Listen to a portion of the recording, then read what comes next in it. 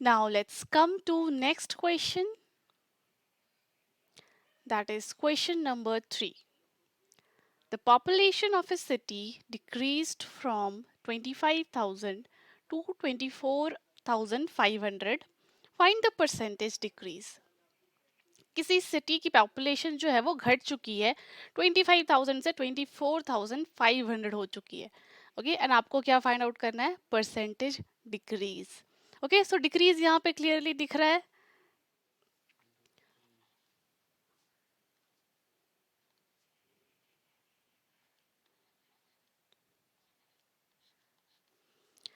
क्या लिखेंगे यहाँ पे हम? डिक्रीज या फिर इनिशियल पॉपुलेशन पहले आप लिखोगे? Initial population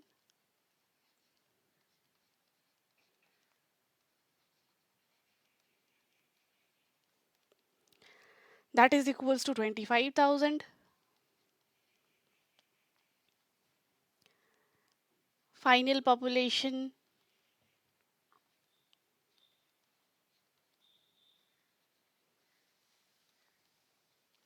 24,500.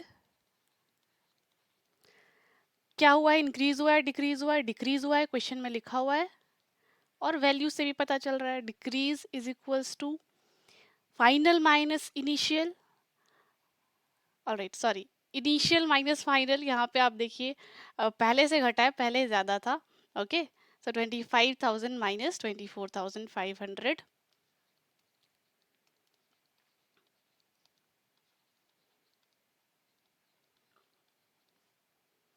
Okay, and difference आएगा आपका 500.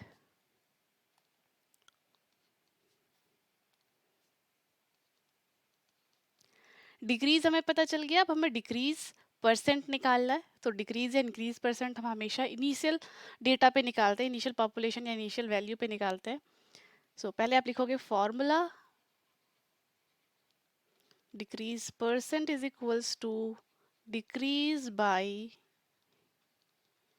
initial population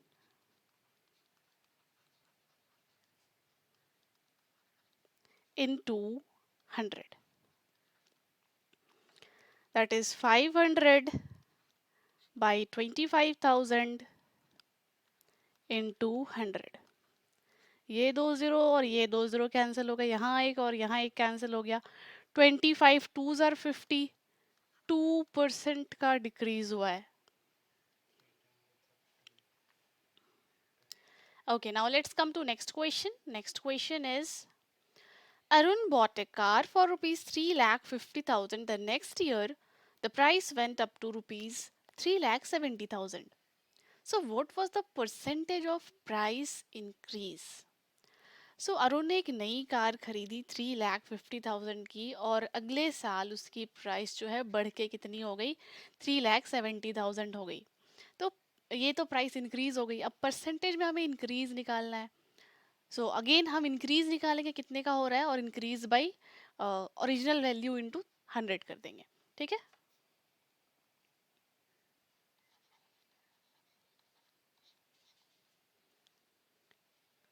so initial price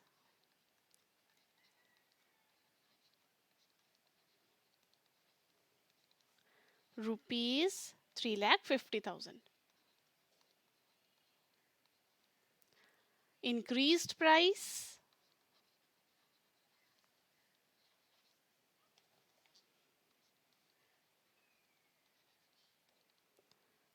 is equal to rupees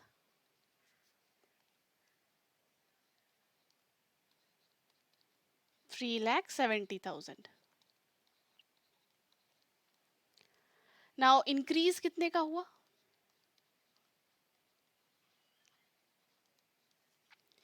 Increase is 3,70,000 minus 3,50,000.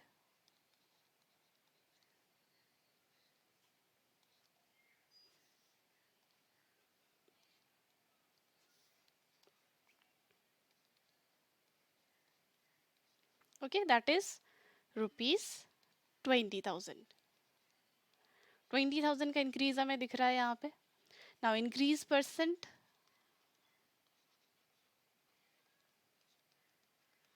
is equals to increase by initial price into 100. Increase कितने का हो रहा है यहाँ पे 20,000 लिखेंगे हम. इनिशियल प्राइस थी आपकी 3,50,000 into 100. यहाँ पे कैंसिल करेंगे. Let me change the colour. So ये 2 0, ये 2 0 कैंसिल हो गए. फिर यहाँ पे 2 zeros एंड यहाँ 2 zeros कैंसिल हो गए. Now it is 200/35. एक बार ये इसको हम 5 से कैंसिल कर सकते हैं. 5 7s are 35 and 5 40s are 200. So it is 40/7%. और 40/7% को आप मिक्स्ड फ्रैक्शन में अगर कन्वर्ट करोगे, so 7 5 are 35, 5 remainder, so 5 whole 5/7%. ये आंसर आएगा. ओके, अब आगे बढ़ते हैं. यहाँ पे देखिए, I buy a TV for rupees 10,000 and sell it at a profit of 20%. How much money do I get for it? Okay, suppose आपने एक टीवी खरीदी 10,000 में और आपने उसको सेल किया और आपको परसेंट में प्रॉफिट पता है जो कि है 20%. तो आपने बेचा कितने में होगा? ओके, तो हमें प्रॉफिट, हमने पढ़ा है कि प्रॉफिट हो या लॉस या डिक्रीज हो या इंक्रीज, वो हमेशा इनिशियल प्राइस या कह सकते हैं बाइंग प्राइस पे हम कैलकुलेट करेंगे, और बाइंग प्राइस हमें पता है. So let's solve it.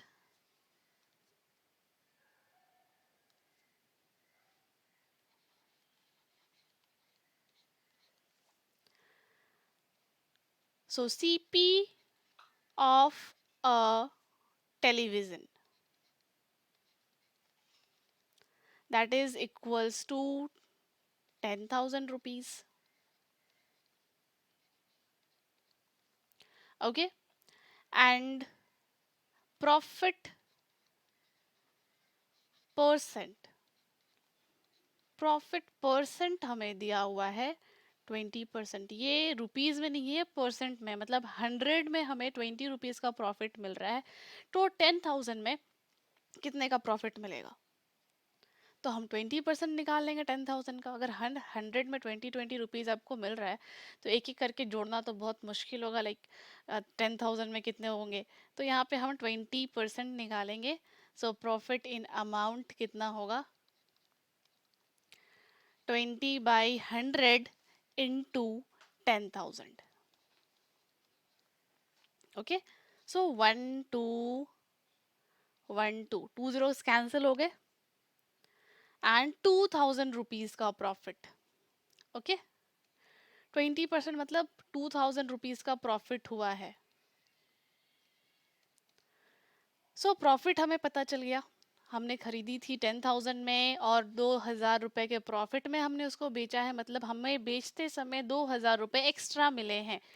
तो हमारा एसपी क्या होगा? एसपी होगा CP plus profit. Okay, and CP आपका था 10,000 plus 2,000, that is equals to 12,000. So ये हो गया आपका एसपी. ओके, और यूनिट लिखना बिल्कुल ना भूलें. Okay, let's come to next question. Now, Juhi sells a washing machine for rupees 13,500. She loses 20% in the bargain. What was the price at which she bought it? जूही ने एक washing machine cell की 13,500 में, but bargaining करते समय वो 20% उसमें हार गई. एंड हमें पता करना कि उसने किस प्राइस पे खरीदा था. यहाँ अगेन हमें लॉस परसेंट दिया हुआ है, और लॉस परसेंट और प्रॉफिट परसेंट सीपी पे कैलकुलेट होते हैं, और सीपी हमें नहीं पता है, हमें सेलिंग प्राइस पता है. Okay, this is your selling price. 13,500 is the selling price. So जो जो गिवन है वो हम लिखेंगे यहाँ पे. क्या हमें दिया हुआ है? Selling price of washing machine. Okay,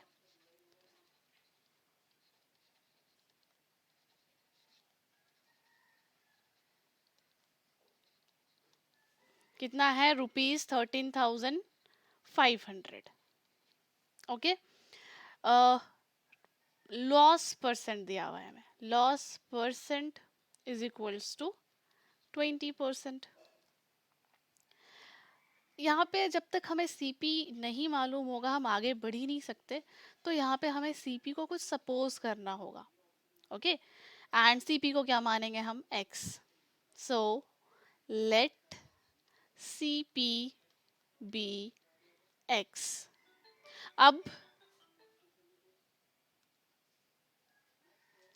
हम क्या करेंगे? यहाँ पे एसपी निकालेंगे, और एसपी क्या होता है हमारा? एसपी इज इक्वल्स टू, अगर आपको लॉस हो रहा है तो सीपी माइनस लॉस। ओके, जो भी लॉस हो रहा है मतलब आपने ज़्यादा में खरीदा है और उसको सब्ट्रैक्ट करोगे आप सीपी में, एंड तब आपको क्या मिलेगा? आपका एसपी मिलेगा। ठीक है,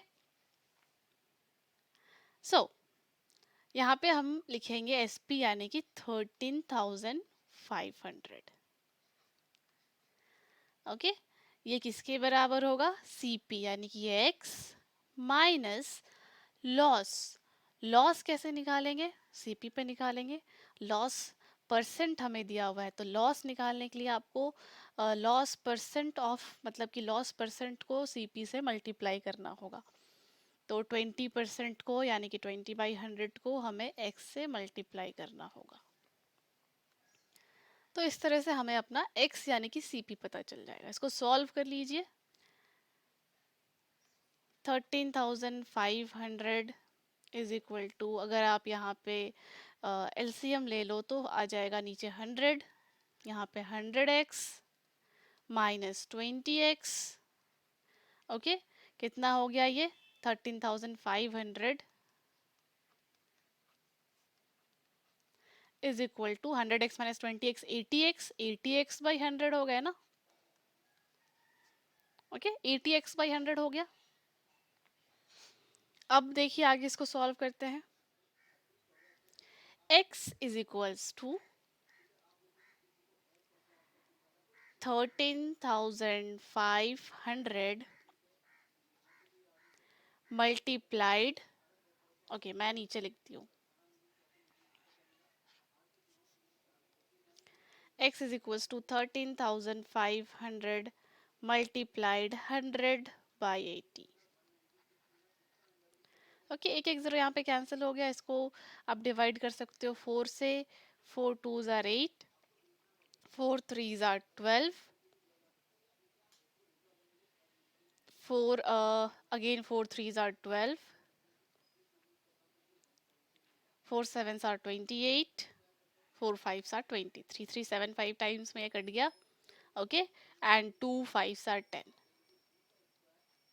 सो 3375 को 5 से मल्टीप्लाई कर दीजिए, जो भी आपका वैल्यू आएगा वही आपका आंसर।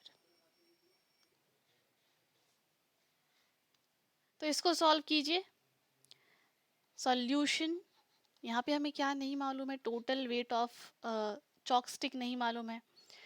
ओके, उसको हम क्या मान लेंगे? एक्स मान लेंगे। Let the total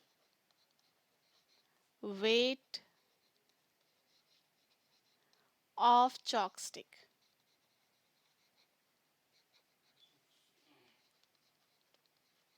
B x gram. Okay, this is x not N.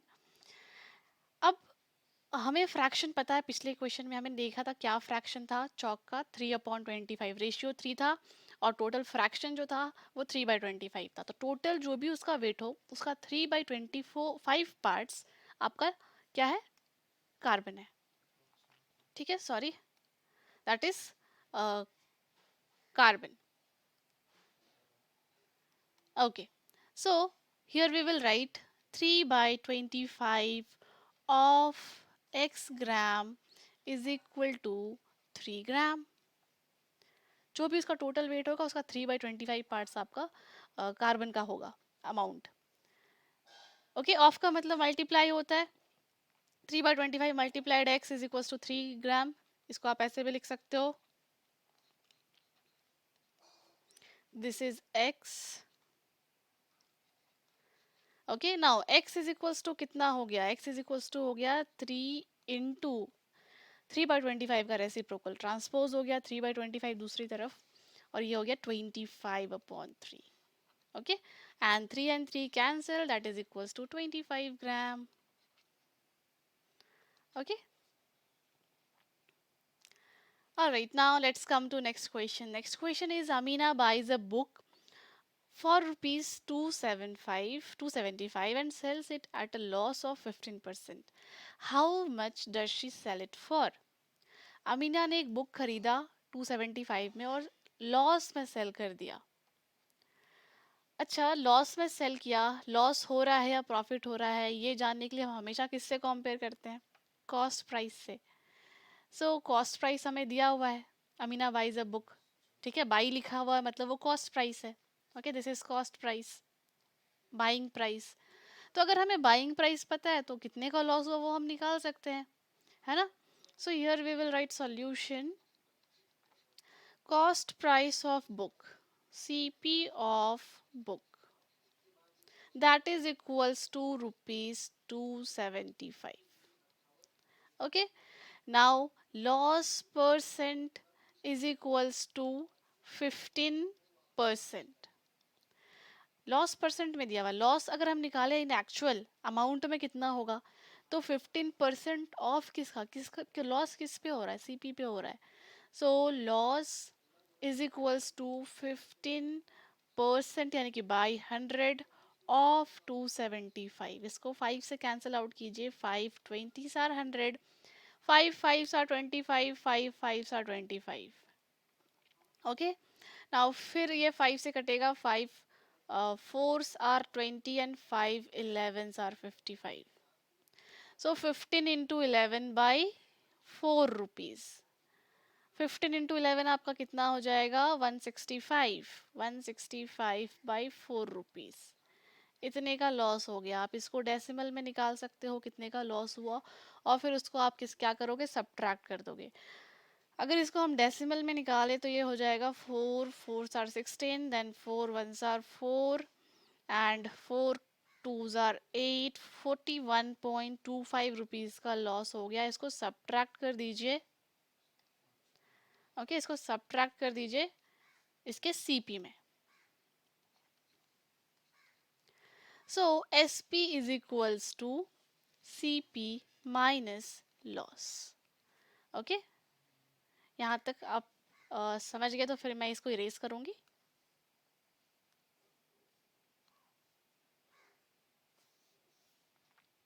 So 275 minus 41.25, and that is equals to rupees 233.75. Is this color visible?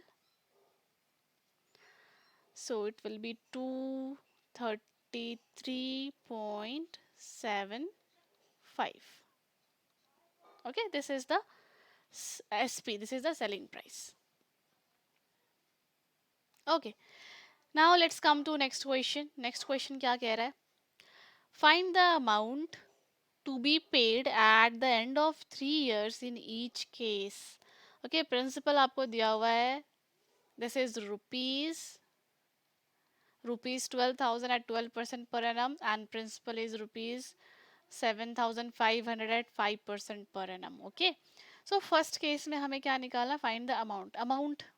Amount क्या होता है, फाइनल अमाउंट जो आपको मिलता है, मतलब आपने जो पैसे जमा किए उसमें जो इंटरेस्ट बढ़ा, ठीक है, उन दोनों को ऐड किया तो लास्ट में जो आपको टोटल पैसे मिले वो हो गया आपका अमाउंट। सो अमाउंट होता है principal plus interest, amount is equals to P plus simple interest यहाँ पे कह सकते हैं, ठीक है, P plus S I. Okay, principal तो हमें पता है लेकिन एस सिंपल इंटरेस्ट नहीं पता, इंटरेस्ट कितना मिल रहा है ये नहीं पता। अच्छा, सिंपल इंटरेस्ट निकालने के लिए हमें क्या क्या चाहिए, पी आर टी, तीन चीज़ें चाहिए, प्रिंसिपल, रेट और टाइम चाहिए. ओके, सो फर्स्ट केस लिखेंगे हम यहाँ पे, केस 1.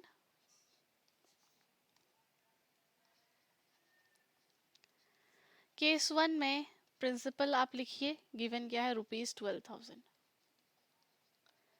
रेट क्या है, 12%, यानी कि 100 रुपये में 12 रुपये.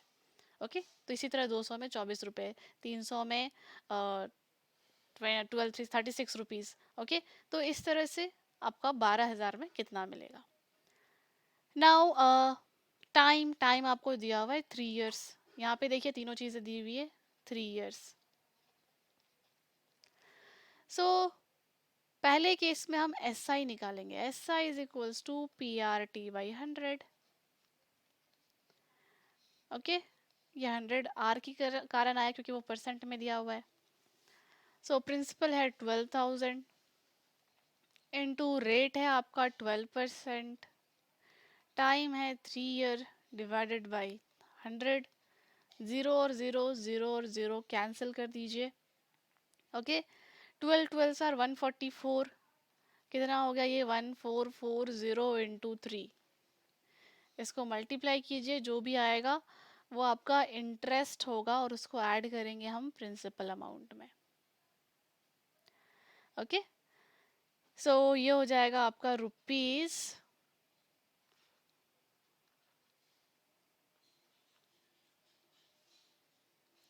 4,320. और इसको अगर हम ऐड करेंगे 12,000 में तो ये आपका आ जाएगा 16,320.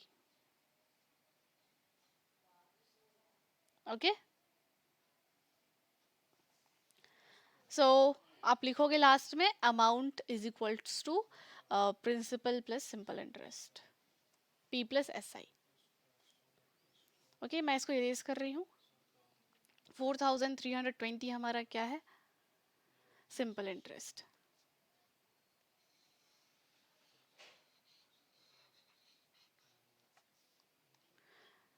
सो ये आया हमारा ₹4,320. Now amount is equals to P plus S I, that is 12,000 plus 4,320. Okay, all right, here it is not 12,000, it is 1,200. Okay, so 1,200 है तो यहाँ पे सिर्फ 432 रुपीज़ प्रॉफिट हुआ है. ओके, 1,200 पे 432, that is 1,632 is the correct answer.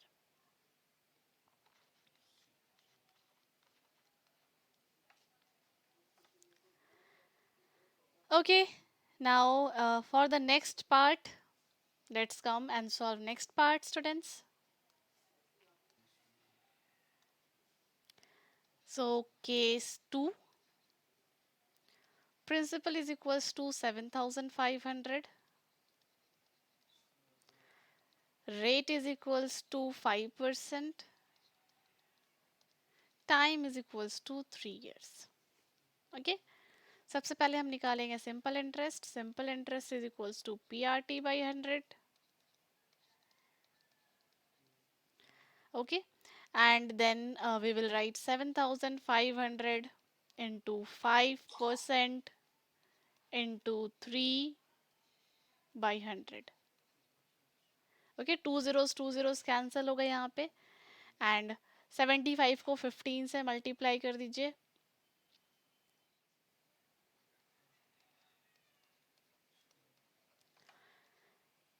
So final amount is principal plus interest 7,500 plus ₹1,125.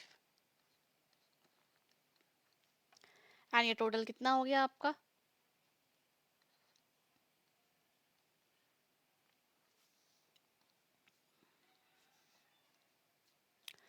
5, 2, 6 and 8.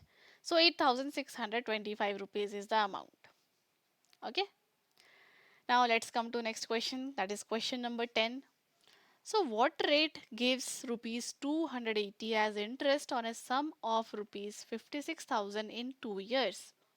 किस rate पे, what rate यानी कि रेट पूछा जा रहा है. ओके, सो व्हाट रेट, ये नहीं पता हमें. Gives rupees 280 as interest. 280 as interest, ये सिंपल इंटरेस्ट है on a sum of rupees 56,000. Sum of मतलब ये प्रिंसिपल है और ये टाइम है.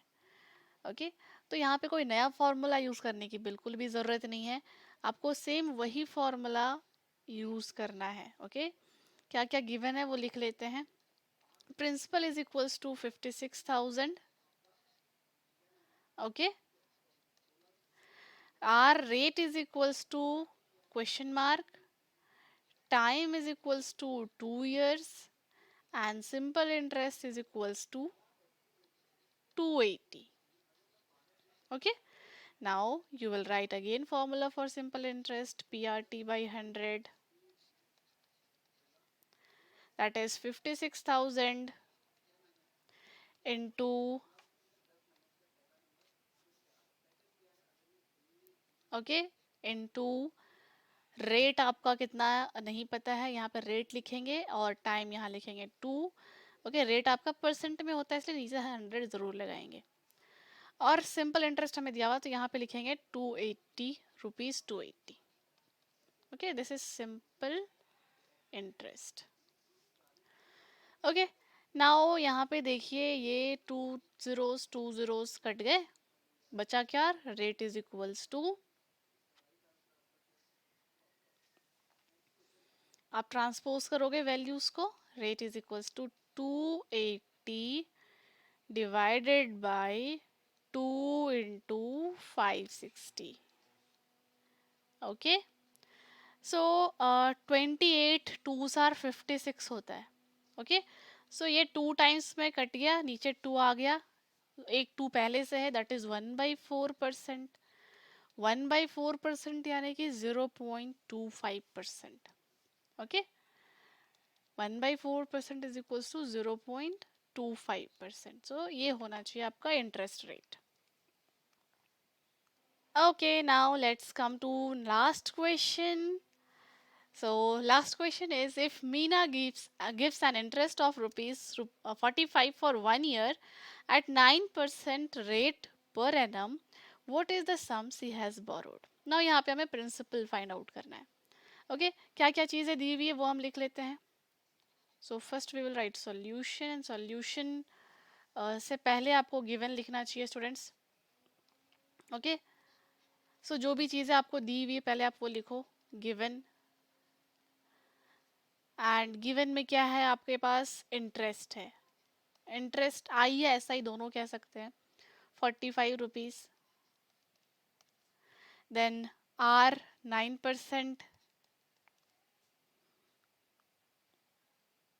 टाइम 1 ईयर है ना. कुछ कुछ चीजें देखिए फॉर 1 ईयर यहाँ लिखा है, वर्ड्स में वैल्यूज नहीं लिखा है, नंबर नहीं लिखा है तो आप इग्नोर कर दोगे.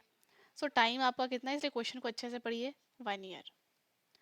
सो what is the sum she has borrowed.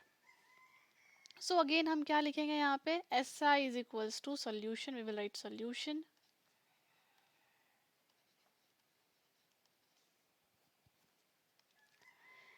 SI is equals to P into R into T by 100. Okay now principal कितना है आपके पास नहीं पता है आपको, सिंपल इंटरेस्ट पता है 45, P की जगह P रखेंगे, R 9% and T 1 year.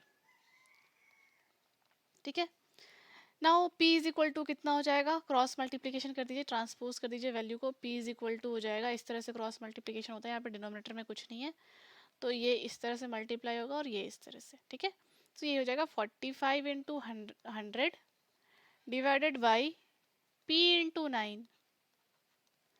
So 9 5s are 45. Okay sorry divided by P तो यहाँ है ना, 1 इंटू 9 या सिर्फ 9.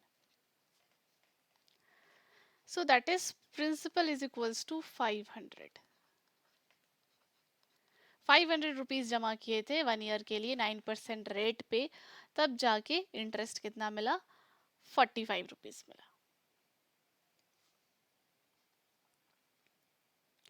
All right, so this was all. Thank you so much.